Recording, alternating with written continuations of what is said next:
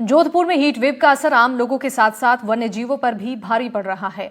Machia biological park में heat wave एक बड़ी चुनौती है। आपको बता दें कि पिछले साल हीट वेव की वजह से यहां पर बाघिन अंबिका की मौत हो गई थी और इस वजह से इस बार पूरा प्रशासन और पशु चिकित्सक अलर्ट मोड पर हैं। भीषण गर्मी की वजह से यहां आने वाले पर्यटकों की संख्या काफी कम हो गई है। हीट वेव से वन्य जीवों को बचाने के लिए अलग अलग इंतजाम हो रहे हैं। रिपोर्ट दिखाते हैं आपको।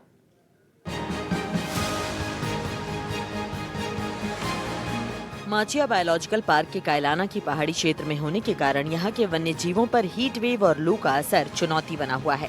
साथ ही हीट वेव की वजह से यहाँ पर्यटक भी नदारद नजर आ रहे हैं।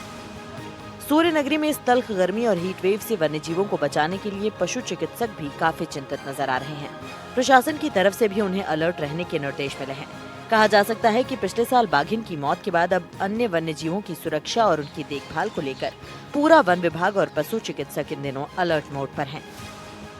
सूर्य नगरी यानी जोधपुर, जहां अब हीट वेव का असर आम जनजीवन के साथ ही वन्य जीवों पर भी देखने को मिल रहा है और विशेष तौर पर जोधपुर के माचिया बायोलॉजिकल पार्क में भी इन दिनों हीट वेव का असर इन वन्य जीवों पर दिखा जा रहा है। जहां आपको बता दें कि गत वर्ष भी हीट वेव के कारण माचिया बायोलॉजिकल पार्क में एक बाघिन अंबिका की भी मौत हुई थी और इसके साथ ही अब जो है वन्य जीव जो है वो क्योंकि जोधपुर का माचिया बायोलॉजिकल पार्क जो है वो पहाड़ी क्षेत्र पे होने के साथ ही जो है वो हीट वेव यहाँ अत्यधिक रहती है, जो भी जो है एक बड़ी चुनौती है। जहाँ कह सकते हैं इन वन्य जीवों को हीट वेव से बचाने के लिए भी जो है वो माचिया बायोलॉजिकल पार्क से जुड़ा जो प्रशासन है, जो चिकित्सक पशु चिकित्सक है, वो भी पूरे अलर्ट मोड पर है। और आप देख सकते हैं किस प्रकार से जो यही वो पिंजरा जहां पर पहले जो गत वर्ष जो है वो बाघिन अंबिका भी जो है वो चहल पहल करती थी, लेकिन हीट वेव के कारण गत वर्ष ही जो है उसकी मौत हो गई थी। और अब जो है वन्य जीवों को इन हीट वेव से बचाने के लिए न सिर्फ फव्वारे लगाए गए हैं,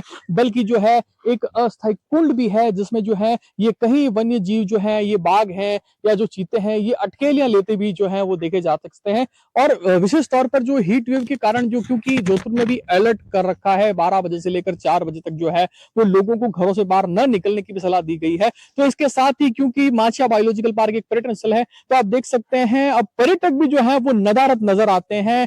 खाली पड़ा है ये पूरा जो माचिया बायोलॉजिकल पार्क है और वन्य जीवों के लिए भी जो है विशेष तौर पर चिकित्सक भी जो है वो अलर्ट मोड पर है। हमारे साथ में जो है वो खास बातचीत करने के लिए माचिया बायोलॉजिकल पार्क के रेंजर भी हैं, इनसे बात करेंगे।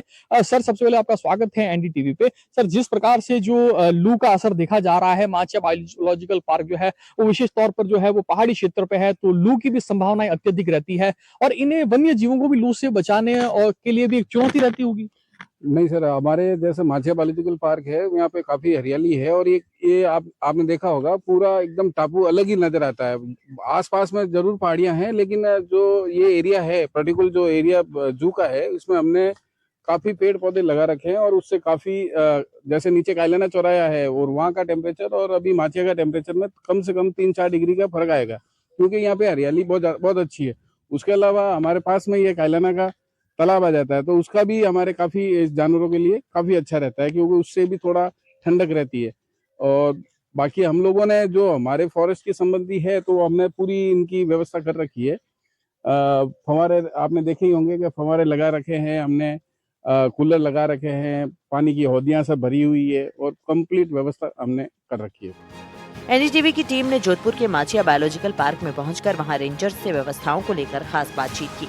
रेंजर्स का कहना है कि वन्य जीवों को भीषण गर्मी से बचाने के लिए न सिर्फ उनके पिंजरों में पानी के फव्वारे लगाए गए हैं, बल्कि दूसरी वैकल्पिक व्यवस्थाएं भी की गई हैं। शाकाहारी और मांसाहारी वन्य जीवों के लिए डाइट प्लान में भी बदलाव किया गया है, जिससे इन वन्य जीवों को स्वस्थ रखा जा सके, साथ ही इन्हें इस भीषण गर्मी से थोड़ी राहत पहुँचाई जा सके।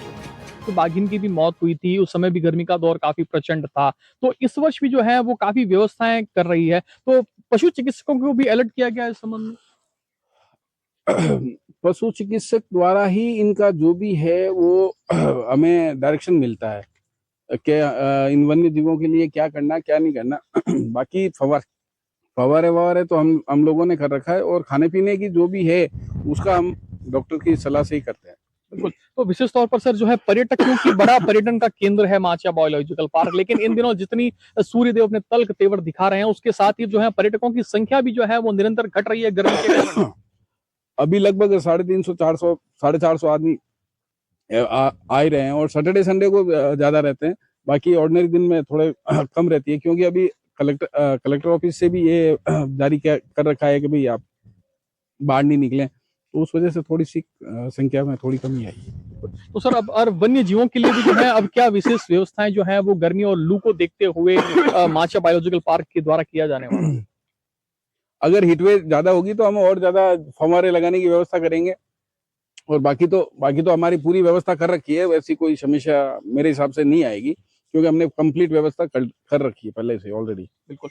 तो ये थे रेंजर जिन्होंने विस्तार से बताया, और किस प्रकार से आप देख सकते हैं इस वक्त जो है हम एक बाघ के पिंजरे के सामने खड़े हैं, और इस गर्मी में आप देख सकते हैं किस प्रकार पेड़ की छांव के नीचे बाघ जो है वो आराम कर रहा है। एनडीटीवी राजस्थान के लिए जोधपुर से मुकुल परिहार की रिपोर्ट।